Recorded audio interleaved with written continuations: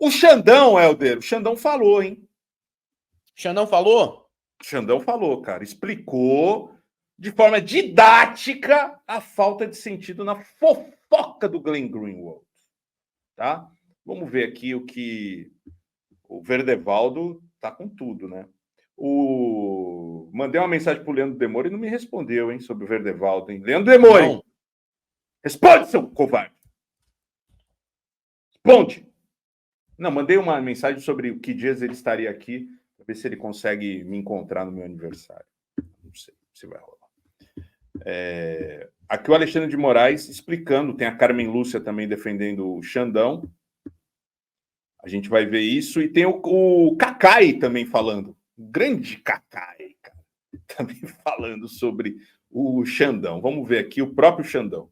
Esse procedimento poderia se dar de duas formas. Poderia se dar a partir de uma requisição minha à Polícia Federal para que ela realizasse.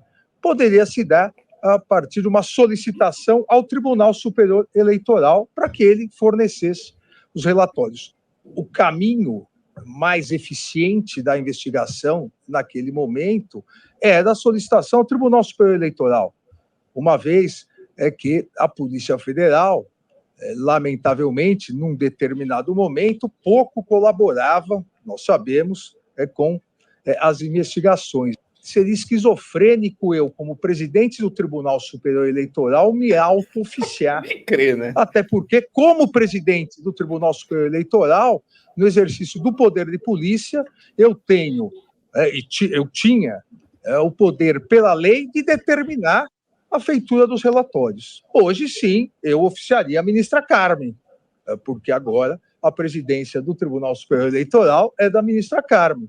Então, eu, como presidente do TSE, determinava a assessoria que realizasse o relatório.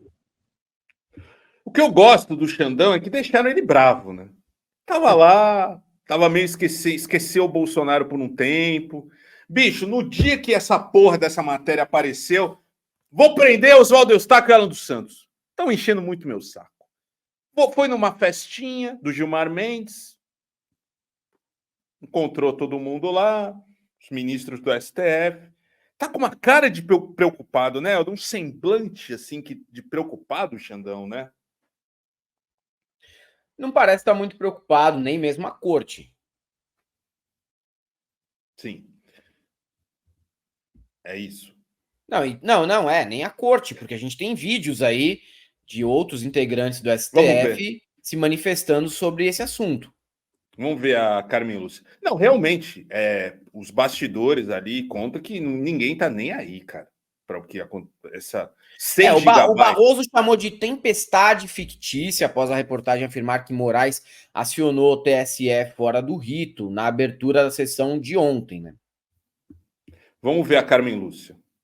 A propósito de notícias que têm sido veiculadas a respeito do ex-presidente desta casa, ministro Alexandre de Moraes, um grande ex-presidente que cumpriu um enorme papel, como é de conhecimento geral do país, nas eleições de 2022, e apenas fazer algumas observações. Em primeiro lugar, notícias que têm sido veiculadas sobre a acumulação de cargos de ministros do Supremo Tribunal Federal e de ministros do Tribunal Superior Eleitoral, lembrar a todos que esta é uma escolha constitucional que o Constituinte vem fazendo desde a década de 30 do século passado. Os ministros do Supremo Tribunal Federal, como os ministros do Superior Tribunal de Justiça, compõem esta casa, honram a história desta casa por determinação constitucional, a propósito de notícias que têm sido veiculadas. Defendeu Moraes. O Cacai também, Helder, aqui no ICL, também falou sobre o que aconteceu com o Alexandre de Moraes. O ministro Alexandre, ele, como presidente do TSE à época da eleição, ele tem um poder de polícia que lhe é outorgado por determinação legal, artigo 41 da lei, e ele tem a obrigação de fazer o que fez. Ele tinha a obrigação de fazer, ele tinha o dever de fazer o que fez. Ele prevaricaria se não fizesse. É o contrário. As pessoas que não entendem, a grande maioria está de má fé, boa parte está de má fé. Os bolsonaristas estão felizes da vida porque acharam que tinham encontrado algum tipo de chance de tumultuar o processo, mas na realidade existe um desconhecimento, a falta de sorte, vamos chamar assim, é que o ministro é relator do caso do Supremo Tribunal Federal, e não há nenhuma irregularidade nisso, e presidiu as eleições. Então é o mesmo Alexandre. Não existe um Alexandre do Supremo Tribunal Federal que tem poderes específicos, e existe um Alexandre que era ministro do TSE, à época presidente, e que tinha o poder de polícia, ele podia tomar providência. O juiz lá do interior de Minas Gerais, se vê uma irregularidade, o juiz eleitoral, ele tem a obrigação de tomar providência. Então, esses relatórios que foram feitos, tudo isso é uma medida absolutamente legítima, normal e correta. Sabe o que é o problema maior que nós estamos enfrentando? Primeiro, é claro que isso não é só desconhecimento, há má fé, há um jogo de poder, há uma tentativa de desestabilizar o Supremo. Eu hoje presenciei a fala do ministro Barroso, muito forte, muito vigorosa, depois o ministro Gilmar Mendes, até o Paulo Gonet se manifestou, e a fala do próprio Alexandre. Até eu vou trazer um assunto aqui que não tem sido objeto de ninguém, de pauta. Você sabe um dos motivos que está levando a essa instabilidade? É a demora da Procuradoria de tomar providência nos inquéritos. Chico tem falado a demora. Disso. O doutor Paulo Gonet, com a sua, não vou dizer omissão, mas com a sua demora excessiva nos alguns inquéritos que já estão efetivamente relatados, é que leva à instabilidade. O grupo que sabe que vai ser preso, o grupo que sabe que vai ser condenado, o grupo que sabe que vai perder direito político, esse grupo começa a se movimentar de uma forma quase desesperada. Gente, eu advogo no Supremo há 40 anos, Chico. 40, não parece não, mas há 40 anos eu advogo no Supremo. Isso que aconteceu na conversa entre os assessores é o dia a dia do gabinete. Quando eu comecei a advogar, não existia assessor. Agora, pelo excesso de trabalho, você tem 10 assessores, juízes auxiliares. Então, como é que funciona? Para as pessoas entenderem como funciona. Chega lá uma tese, eu chego lá com o memorial, com uma tese específica. O ministro despacha, vê aquilo e ele toma a decisão. Ele que toma, ele fala, eu vou dar esta decisão. Só que ele não tem como escrever aquela decisão, não existe tempo hábil para isso. Então, ele tem um bando de assessores extremamente competentes. Esses assessores, cada um às vezes cuida de um caso, quando é um caso mais específico, tem um grupo de assessores. É assim que funciona, gente. Eu estou dando para vocês como é que é o dia a dia de um gabinete. Fundamental. No Supremo, no STJ, no Tribunal Superior Eleitoral. Aí os assessores vão, fazem uma minuta de voto, fazem um piloto, vamos chamar assim, e trocam ideia entre eles. Aí um diz, olha, o Alexandre vai achar... Esquece o Alexandre. O ministro vai achar isso aqui tem que ser mais aprofundado. Por quê? Porque eles conhecem a jurisprudência do Supremo, eles conhecem a jurisprudência do STJ, eles conhecem como é que o ministro gosta de votar. É assim que funciona. Não há nenhuma irregularidade. Olha, comparar essas conversas entre assessores que estão tratando de um assunto específico de competência do gabinete com os crimes cometidos pelo juiz Sérgio Moro e os procuradores na Lava Jato é má fé. Não é só desinformação, não. É má fé. No caso do procurador da Lava Jato, você tinha um juiz federal que instrumentalizava o poder judiciário para poder chegar ao poder específico e, junto, que ele coordenava com seus procuradores adestrados. O Conselho Nacional de Justiça, através de um relatório promovido pelo competente ministro Salomão, disse que eles cometeram crimes de corrupção, crime de organização criminosa e de peculato. O que tem isso a ver com uma conversa técnica entre juízes internos de um gabinete?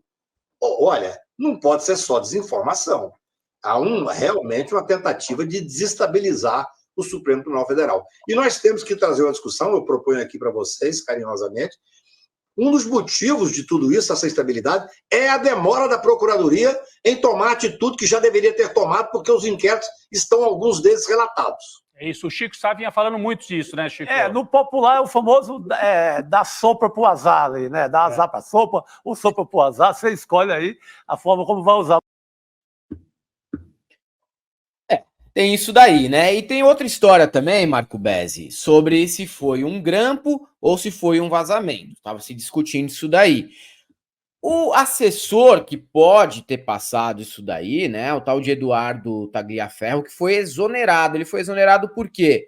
Ele foi exonerado após uma prisão causada por violência doméstica, e o boletim de ocorrência aponta que ele atirou contra a mulher. Pode ser uma espécie de vingança desse Tagliaferro?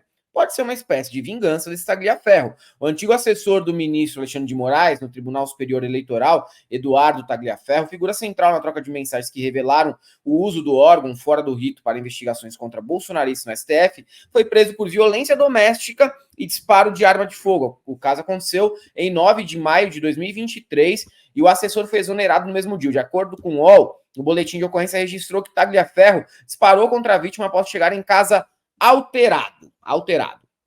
O caso aconteceu em Caieiras, na região metropolitana aqui da capital. Eduardo Tagliaferro trabalhava desde 16 de agosto de 2022 como chefe da Assessoria Especial de Enfrentamento à Desinformação da Secretaria-Geral da Presidência do TSE. O antigo assessor de Moraes está no centro de uma reportagem publicada pela Folha de São Paulo que aponta o uso do TSE fora do rito para investigar bolsonaristas no STF. O material obtido pela Folha abrange mensagens trocadas de agosto de 2022, no período eleitoral, a maio de 2023. As mensagens e os documentos não vieram de interceptação ilegal ou acesso hacker. As mensagens reveladas até o momento mostram o chefe de gabinete de Moraes, Ayrton Vieira, repassando pedidos pelo WhatsApp. Tagliaferro fazia os monitoramentos, produzia relatórios e os enviava por e-mail como se eles tivessem sido produzidos por iniciativa da AEED, Assessoria Especial de Enfrentamento à Desinformação. Então, existe, né, a possibilidade do Tagliaferro ter soltado esses documentos na mão do Glenn Greenwald. E o Glenn ele tem um sistema de soltar as informações conforme os interesses dele mesmo e fazer um entendimento do ordenamento jurídico brasileiro à luz do ordenamento jurídico norte-americano, querendo fazer valer aqui dentro da nossa sociedade a primeira emenda, o que a gente já viu em outros momentos. Então o Glenn é uma pessoa complicada, o Glenn tem um comportamento no mínimo truqueiro quando se coloca no papel de detentor de verdades aqui no país e, na minha visão, é uma pessoa que a gente precisa sempre tomar um cuidado, ter um pezinho atrás aí, todo mundo ficou deslumbrado com ele na época da Vaza Jato, beleza. Mas tem coisa da Vaza Jato que ele também segurou. Eu sei que seria humanamente impossível publicar tudo que existia na Vaza Jato, e nem tudo é importante também, mas é normal, né? Se ter interesses conflitantes e segurar aquilo que pode ser que não seja importante para você no momento. E até o próprio Intercept tem uma visão que contraria a opinião do Glenn sobre esse caso. O Intercept, que ele ajudou a fundar e a estruturar aqui no Brasil, já se posicionou contrário ao Glenn de ontem para cá. Sim, eu li hoje, tem uma matéria falando que é uma falsa simetria total, né, entre querer comparar a Vaza Jato com essa nova Twitter Files 2.0 aí, essa matéria que saiu na Folha de São Paulo, né, mostrando ali a conversa entre pares do mesmo gabinete, né? Não é um procurador e um juiz conversando e tramando ali o que fazer.